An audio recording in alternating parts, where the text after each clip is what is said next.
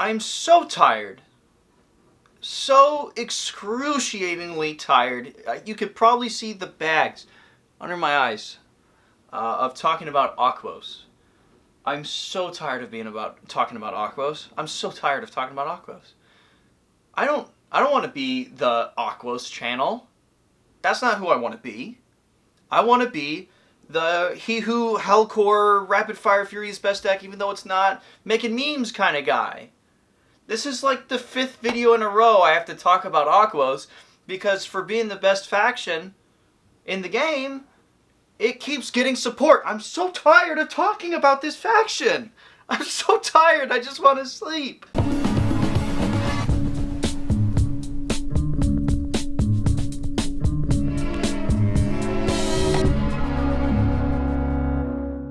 What's up, Baku gamers? As you can tell, I am no longer part of Long Hair Gang. Thank God. I shaved off a few pounds so that way my brain has more room to think. It's not being constantly pressed down by my juicy locks. Now, that would normally be a good thing, but have you ever heard of the phrase, be careful what you wish for?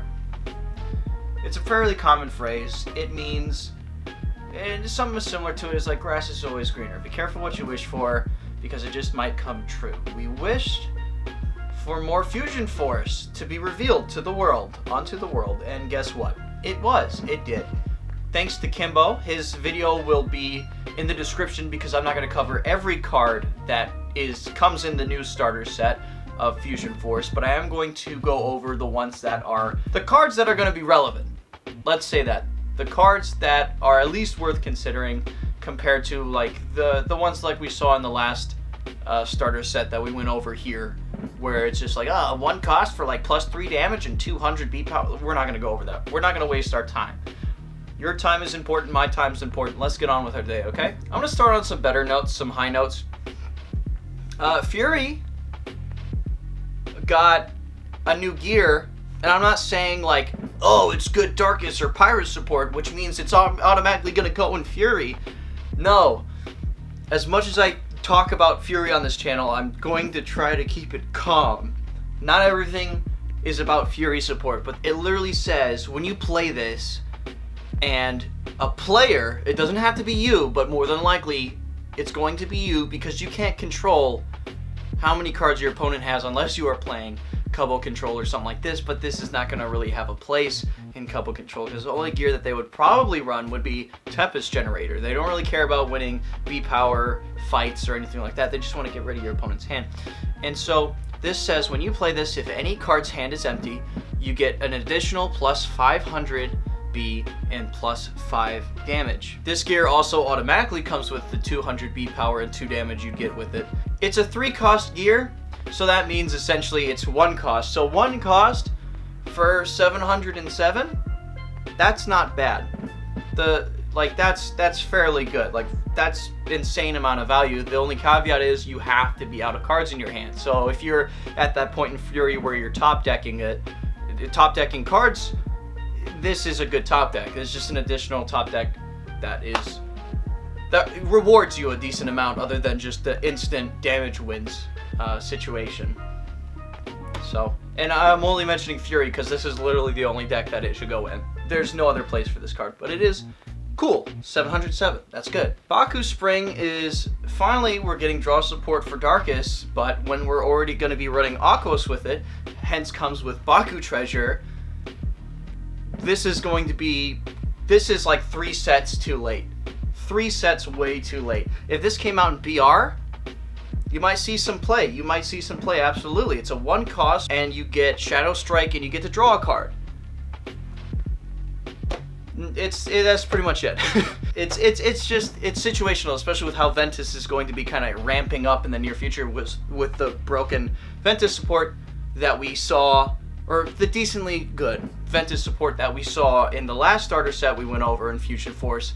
Take it with a grain of salt, because Darkus is going to be running Aquos anyways, so the draw power is not going to be an issue anymore. Hydronite Breaker. Now this is where we start getting into Aquos Darkus territory. This is where Aquos is leaking its way into our Darkus support that we're cherishing so much because Darkus just needs anything. Darkus just needs good cards, and now Aquos is getting its grubby little mitts inside our card pool and making us run it. This is not the first example. This is kind of like a, in case you feel like you don't have enough negates, this is the card for you because it can be activated as a second Baku gear, which is something we saw in Fusion Force and Fusion Force alone. So this is continuing that ongoing mechanic that we were seeing from that. And then when you activate it, it's a 6 cost, so that means it's a 4 cost. And when you activate it, that means you get to negate something. When you play this, negate something. So you activate it in response to something else, and then on top of that, you get a perma plus 400 beat boost and 1 damage. So if you like playing this over Sinkhole, go ahead. But honestly, Sinkhole is better than this in my opinion. Just because that extra hero negation, I don't know. If you feel like you don't have enough negates, then go for it, dude. Or if you're like, well, I could double stand with Nilius, so that means it's really just a 2 cost. It's just an extra blinding ink.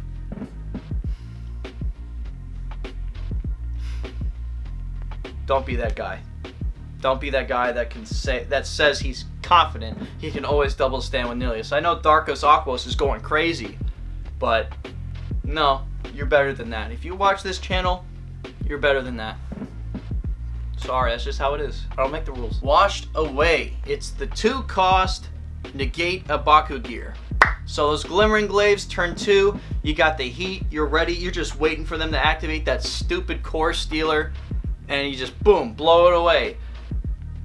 Why wasn't this a Ventus card? Why do the Ventus cards destroy when the Aquos card gets the actual negates? Why can't anyone else have anything fun? Or I guess not fun, because the negates are not fun. But why does Ventus was showing such promise. They were like, you know what? Aquos had its time in the sun with making everyone else not have fun. We're going to do that now. We're going to have the Baku gear destruction, and this is going to be our time. This is going to be our time. We're going to be relevant. And then Aquos was like, about that. I think it's going to be a 2 of as Baku gears become more and more relevant, but it is not as versatile as Blinding Ink. So, and that's the same reason Sinkhole was put at 2. I think that was mainly just because it was a 4 cost and it doesn't become active until later in the game, but Washed Away nevertheless, unless Baku gears are like every single, they're relevant, yes, and Glimmering Glaive is stupid and a problem, and this is now an answer for that, but still at the same time, it's only relevant for Glimmering Glaive, or what, you're gonna negate a Tempest Generator? Okay. And then, if people are activating the 6 cost, 8 cost, 10 cost gears that give them 2,000, let them have that. Jesus, they earned it. So 2 cost to negate that, that's crazy. So I think as gears become more relevant, it's at least a 2 of, but I would hold off on making it a full playset of 3 until they're just a problem. And now we get into the Delinquent Duo. This is where Sync, and I'm gonna eat my words, I said Sync was bad, and now Baku Master, Johnny Spin Master, wants to just go, oh yeah, we're about to make Sync go crazy. Okay, Rapid Fire is bad. Rapid Fire is the worst keyword in the game.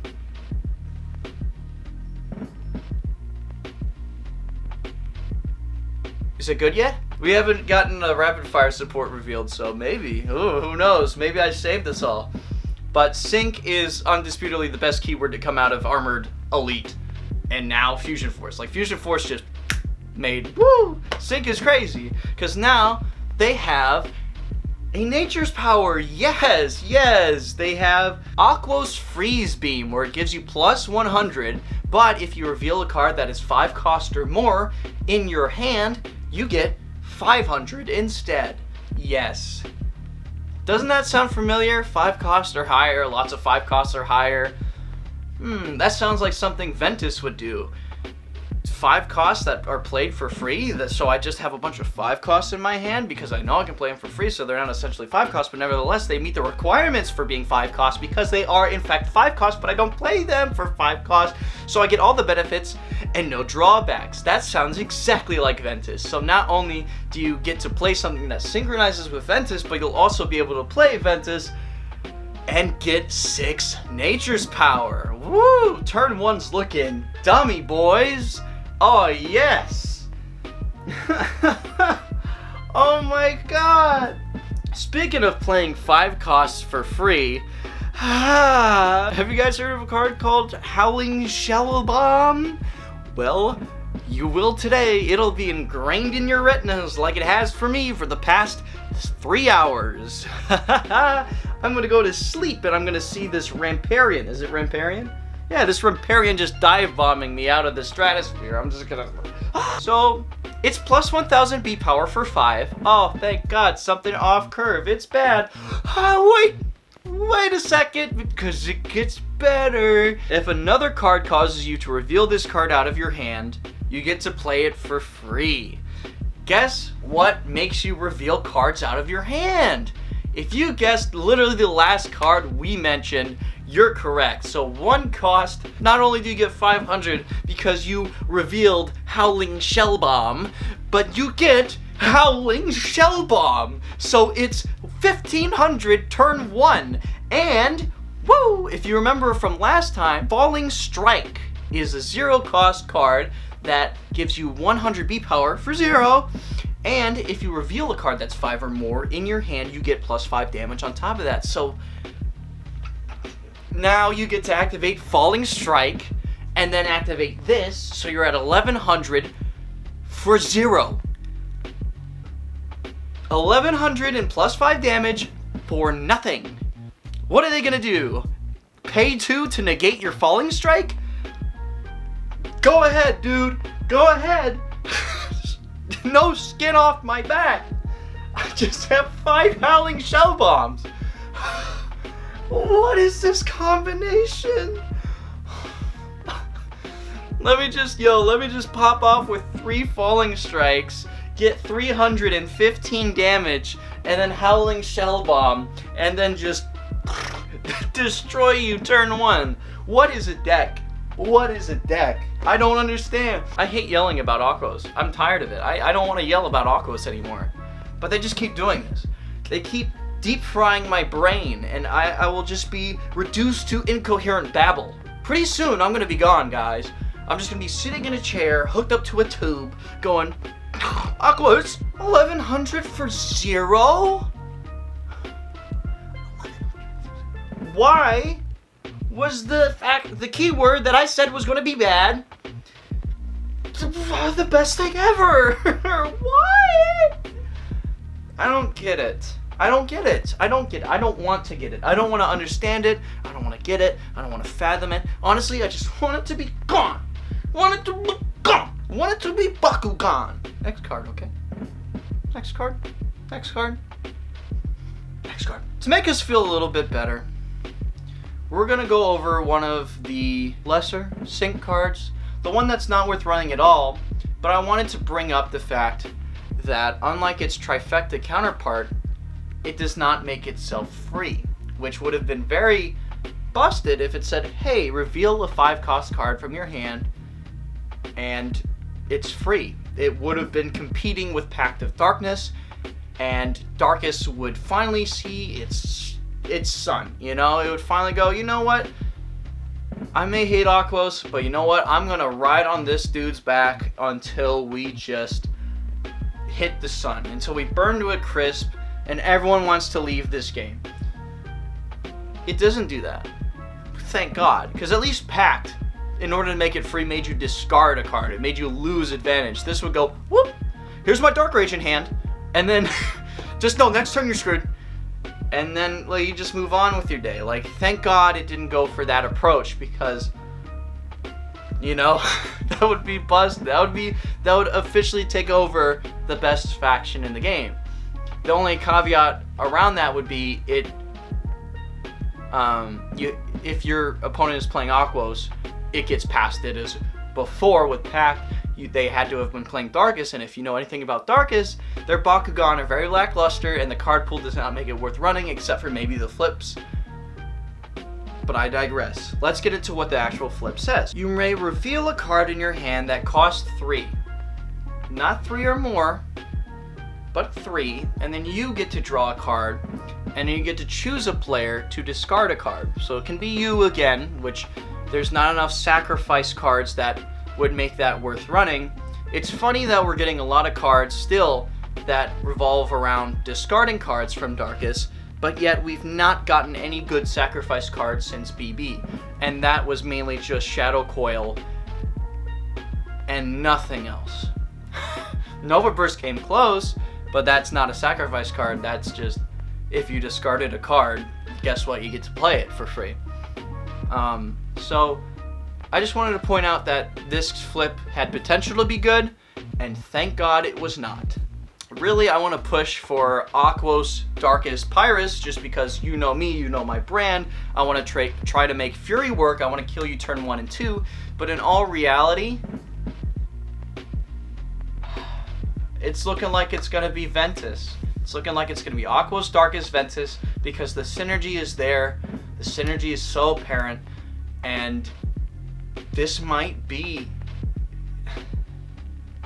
meta-defining. This might be the crazy thing that hits the scene. They'll have to find that right amount of consistency, because if you don't have the things where you can activate your 5 costs with, you're having a lot of 5 costs in your hands, so it can be clunky. But with Aquos in the mix, the consistency is going to be off the chain.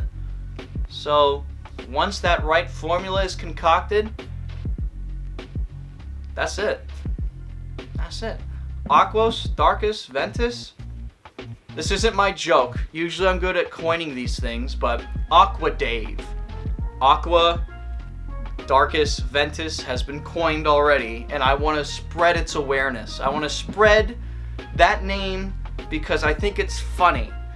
Aqua Dave might be the new crazy PCB 2020 type stuff. Like, this might be it. We thought that we were striking the sun. We were flying too close before this reveal, and now I think we're all getting red skin. I think we're all feeling the UV rays. Well, that's it. I'm done talking. If you like this video, don't forget to like, subscribe, share it with your friends, share the awareness. Fusion Force about to go dummy. So stay safe out there, gamers. Fusion Force starter sets are not worth your health. Bad boys, draw 'em up. Love you. I swear to God, the rapid fire starter set better be crazy. It better be crazy. We got a trifecta one, we got a sync one. This rapid fire, even though we already got a rapid fire starter set, that's what the trend's looking like. We're gonna get a rapid fire starter set next, and we better get our rapid fire damage wins. Our rapid fire damage wins, and finally we can compete with all this weird stuff. And then rapid fire, we might see some synergy because they allow you to play 5 costs and up for free, as long as you activated a rapid fire card that turn. So I'm hoping that that's the way it goes instead of Ventus, because I want to play rapid fire. I want to play rapid fire. But there's potential.